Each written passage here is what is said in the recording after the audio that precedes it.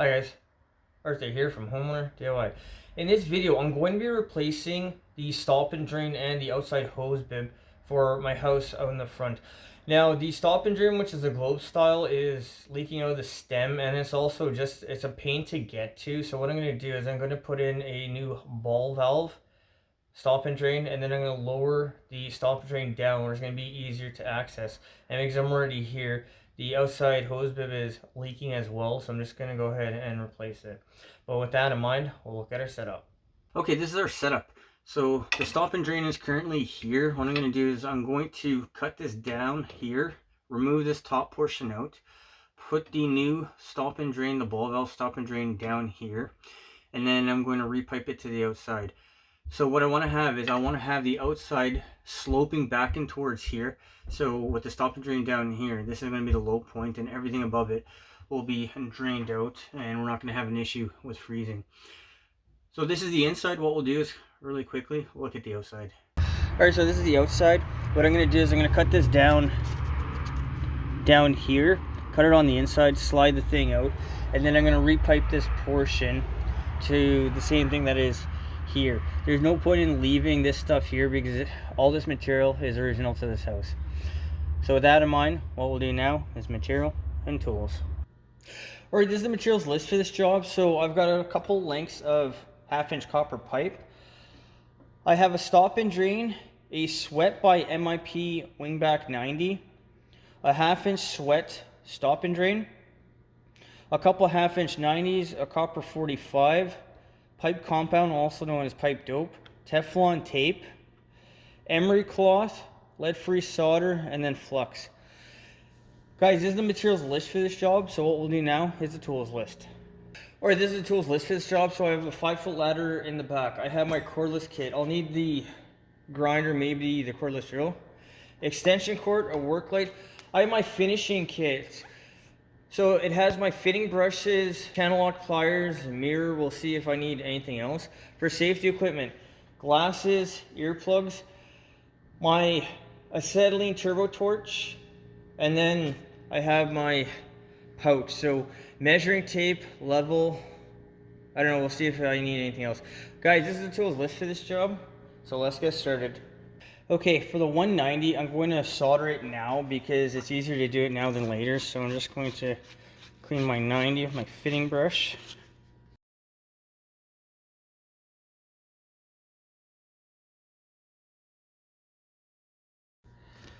And then I'll clean up the end of my copper pipe.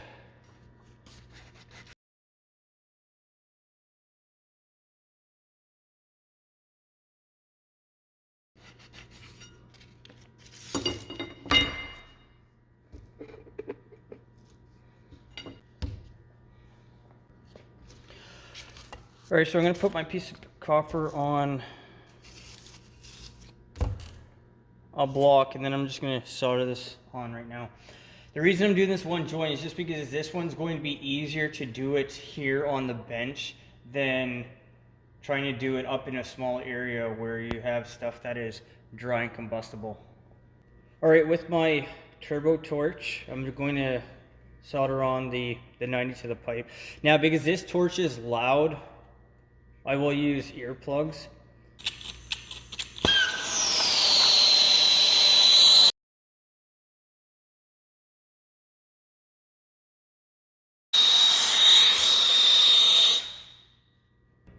Give it a couple minutes to cool down. Alright, and now I'm just going to wipe off the Flux. Make sure that you use either a damp rag or a damp paper towel. Take a quick look around, everything looks fine. So that concludes the whopping prefab portion of this. So what we'll do now is we'll head back to the site and cut out what's there and replace it all. Alright, first thing to do is shut the water main off. And now I'm going to go open the hose bib outside and then cut off the end of the pipe. Alright, with water turned off, the hose can be disconnected.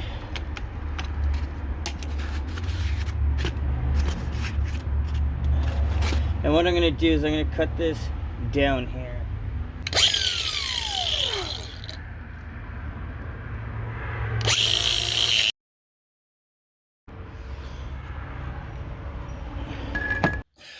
Alright, I'm going to take the grinder and just cut a notch here. Now there's still water above the piping here. So I'm going to cut this down here. I'm going to throw a container underneath just to catch the water.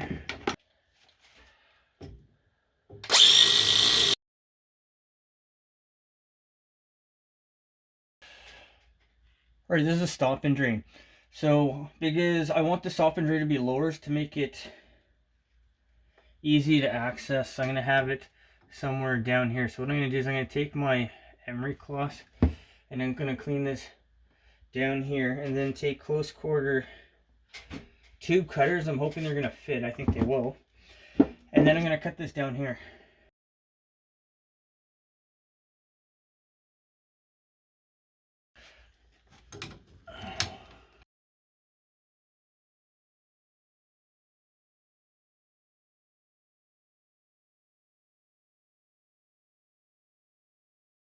Okay, to take this out, I need to cut this the 90.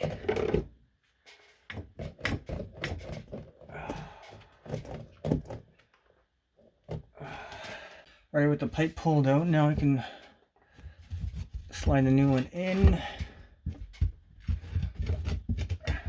Alright, with the pipe removed, the bottom can be reamed out. The valve can be cleaned on both sides. Now, since this is brand new, you don't have to clean it out much.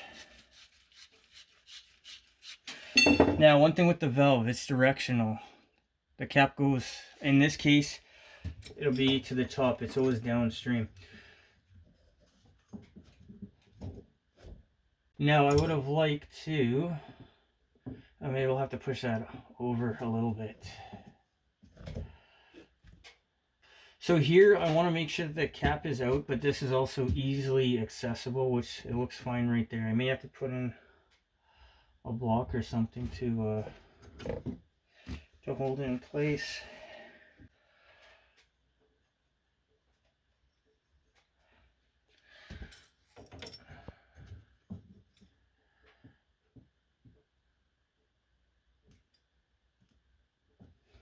Alright, so I have my 90 in really an arbitrary place right now. So what I'm going to do is I'm just going to hold up the 45. And I want to make sure that everything is in line.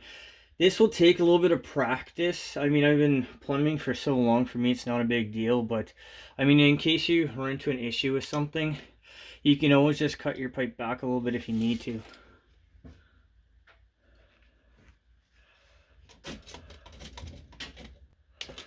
It looks like 4 3/4.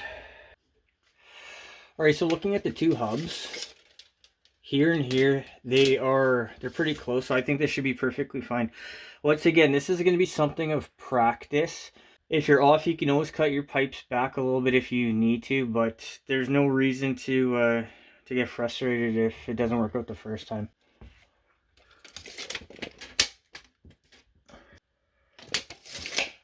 So it looks like 2 3/4. Okay, so I double checked, make sure everything is bottomed out properly the way I want it to be. Everything looks good, so I'm going to go ahead and solder. Remember, just before you solder, you can do a final check for everything. So the valve is open. Make sure that when you solder, the valve is open, not closed. And I'm going to go ahead and solder this all together now.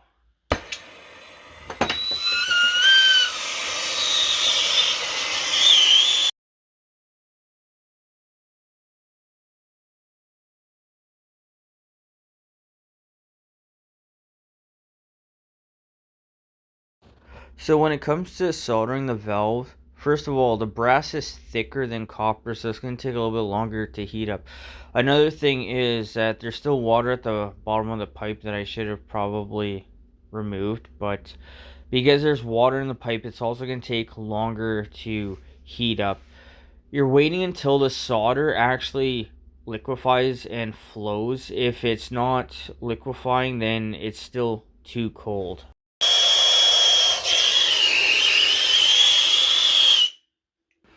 Alright, now with our inspection mirror, we'll take a quick look. Okay, I think I have to hit one or two joints again. I'm going to go ahead and do this on my own. Okay, everything looks fine now, so I'm going to wipe down the joints. Make sure that you're thorough to get all the flux off. Okay, with that done, the valve can be shut off, and then we'll open our water main.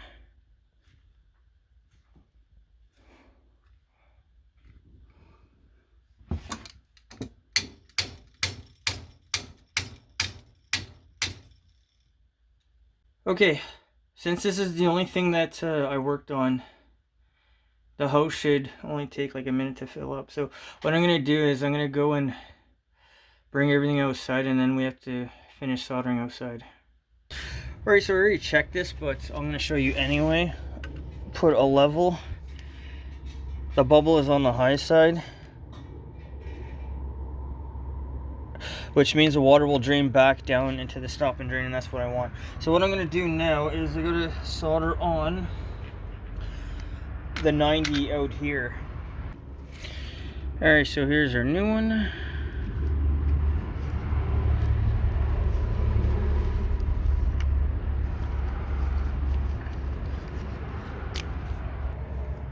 Put a little bit of compound on.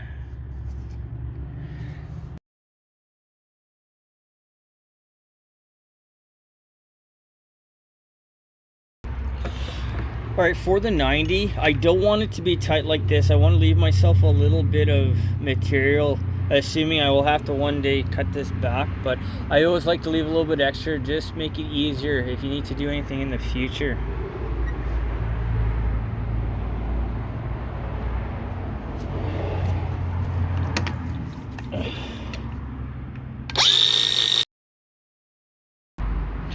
Alright, so now it can be reamed.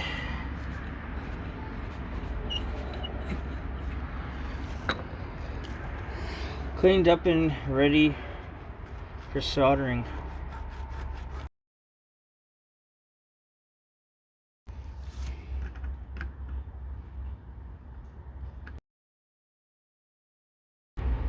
Okay, I made sure that this thing is plumb. It's coming out straight, and now I can finish with the last two solder joints.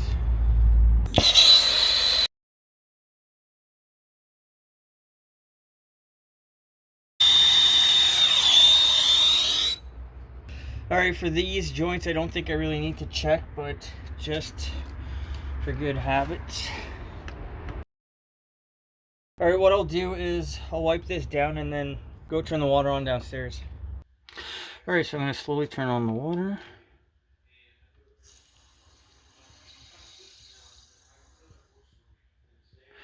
Okay. Now the initial inspection, nothing's leaking. I don't hear any air or anything like that, so we'll go up and look upstairs. Alright, so we'll turn on the hose. And now we're back in business. Now, one thing is, if you want to, you could put a block behind here. I'm not going to. Everything's soldered together, so that should hold everything in place. But this is all done now. I got a stop and drain that is new. It's not going to be leaking, and it's much easier to access than the one before. So what we'll do now is over this job. Alright guys, so that concludes this job.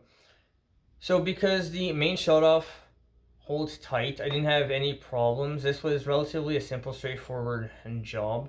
The new ball valve stop and drain is lower. It's going to be easier to access, and it's not going to have the problem of it leaking out of the stem like the previous one was.